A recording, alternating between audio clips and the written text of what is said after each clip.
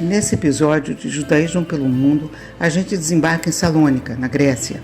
A cidade é um verdadeiro ponto de encontro entre o Ocidente e o Oriente, onde a história judaica se mistura de um jeito único com o legado romano, bizantino e otomano. Venha com a gente desvendar os segredos e as memórias desse lugar fascinante.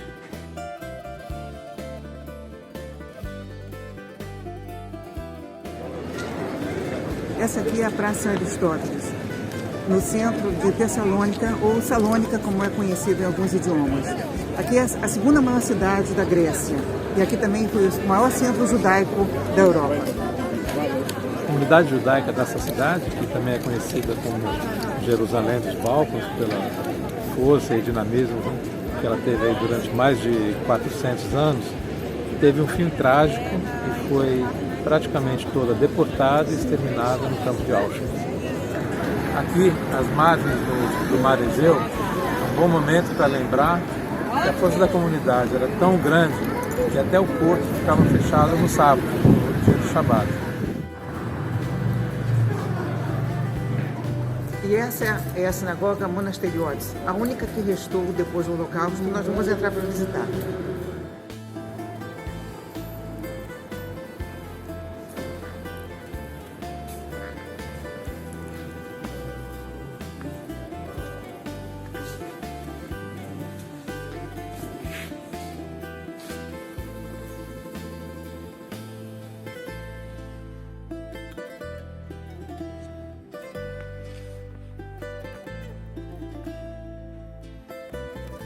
Das mais de 30 sinagogas que existiam em Tessalônica, essa aqui foi a única que permaneceu de pé depois do Holocausto, porque ela, durante o período nazista, ela foi usada como um depósito para a Cruz Vermelha.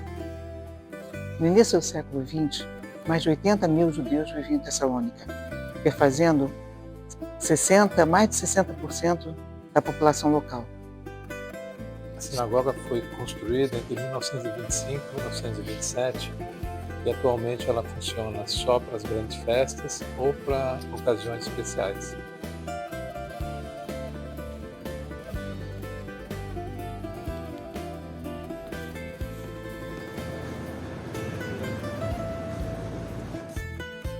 O Museu Judaico foi inaugurado em 2001. Ele foi instalado aqui nesse prédio, que era um prédio comercial pertencente à comunidade judaica. Em 2016, foi inaugurado o salão com o nome de 27 mil vítimas do Holocausto, 27 mil nomes identificados. E esse processo continua até hoje. Então essa aqui é a área do Museu Judaico, em que todos os nomes dos judeus que pereceram no Holocausto, foram exterminados, estão listados aqui.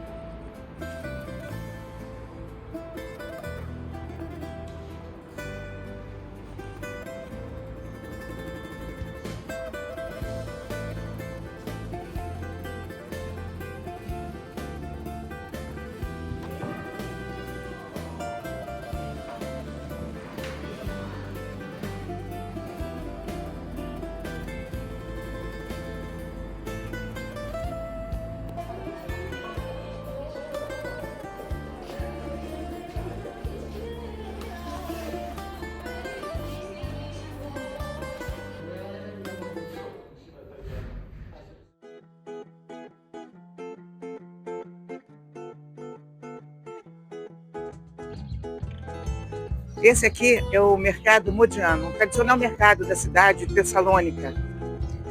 Ele foi construído por Elie Modiano, no lugar que era uma sinagoga, a sinagoga Talmud Torá, que foi devastada pelo incêndio que aconteceu em 1917. E aqui, na rua Heracliu, onde fica o mercado Modiano, era o centro da comunidade judaica, era um bairro judaico. E aqui atrás de mim, onde tem seguranças lá na frente, funciona a sinagoga atual.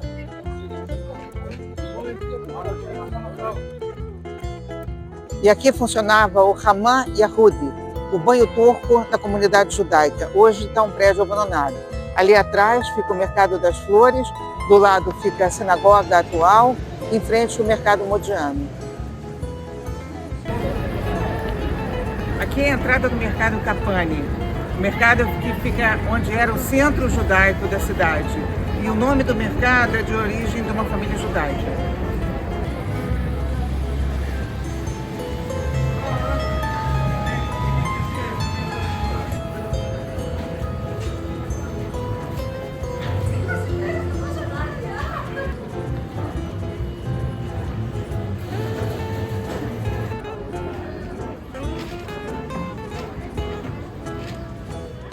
Olhar para Salônica é mergulhar na história judaica. Mas essa cidade milenar entrega muito mais. Caminhar por aqui é uma verdadeira viagem no tempo, onde impérios e culturas diferentes deixaram marcas espalhadas por cada esquina. O ponto de partida não podia ser outro. A imponente Praça Aristóteles, que pulsa vida e se abre direto para o mar.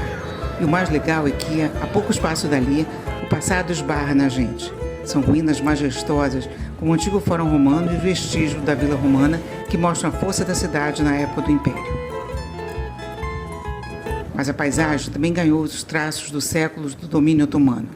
Um exemplo é a mesquita Hamza Bey, uma das mais antigas daqui, que divide o horizonte com igrejas bizantinas históricas, criando um visual fascinante. No fim das contas, Salônica não vive só de memórias. É uma cidade vibrante, cheia de energia e se transformou num ponto de encontro perfeito de grandes civilizações.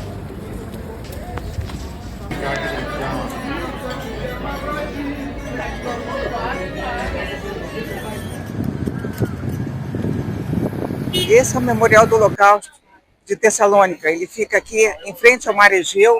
Ele foi inaugurado em 1997, homenageando as 50 mil vítimas do Holocausto.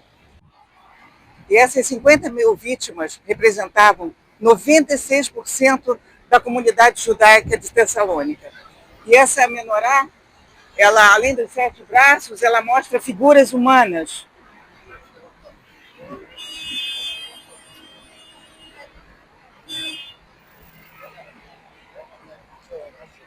Aqui nesse lugar, onde hoje é um estacionamento, era curiosamente chamada Praça da Liberdade. E aqui, em 1941, quando os nazistas invadiram Tessalônica, eles convocaram os judeus de 18 a 45 anos para vir para cá com o pretexto de que iriam fazer um censo para depois enviar para os campos de concentração. Na verdade, eles fizeram aqui, foi um ato de humilhação, eles, durante um sol escaldante, eles fizeram com que os judeus fizessem exercícios físicos até a exaustão, e alguns deles até morreram nesse dia. Aqui nessa região, em 1892, foi criado um bairro, cujo nome dado foi Barão Ridge, para abrigar a população judaica carente. Em 1931, depois do pogrom que devastou o bairro vizinho de Campbell, a população de lá também foi trazida para cá. Dia 6 de março de 1943, esse bairro foi todo cercado pelos nazistas e, na sequência, a população judaica que residia aqui foi toda transportada para Auschwitz a partir dessa estação de trem aqui desse lado. Na sequência, foram sendo trazidos habitantes de outros bairros aqui da Redondeza. Eles eram trazidos para cá, confinados aqui e depois também transportados para Auschwitz. Nesse período, 19 comboios transportaram 50 mil judeus diretamente para os campos de concentração para serem exterminados lá.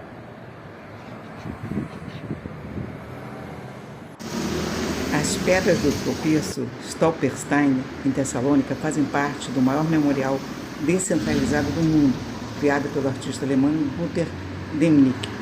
O principal grupo de pedras de tropeço na cidade encontra-se no primeiro ginásio masculino de Tessalônica. No local foram instaladas 149 placas em memória aos alunos judeus e ex-alunos assassinados nos campos de concentração nazistas.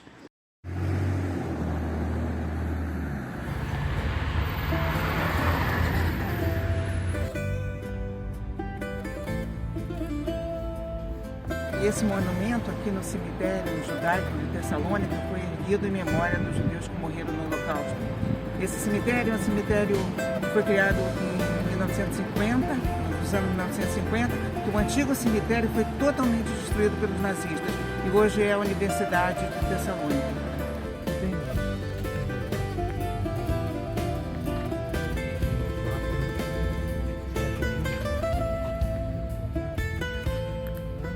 Não sei.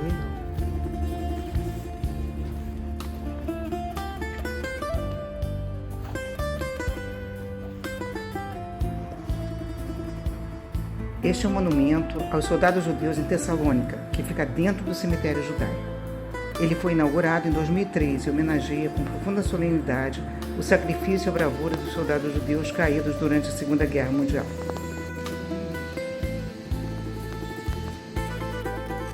A Torre Branca, um dos símbolos mais famosos da cidade, era um local de tortura dos prisioneiros condenados à morte. E as paredes por dentro eram pintadas com sangue desses prisioneiros. Conta a história que um prisioneiro judeu decidiu pintar a parede de branco em troca de sua liberdade e assim foi feito. Ele pintou com cal toda a parte de dentro e foi libertado. Mas isso é história.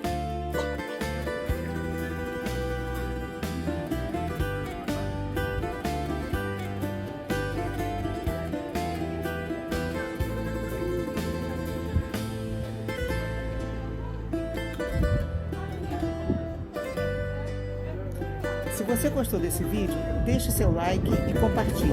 E não esqueça de se inscrever no canal e ativar o sininho de notificação.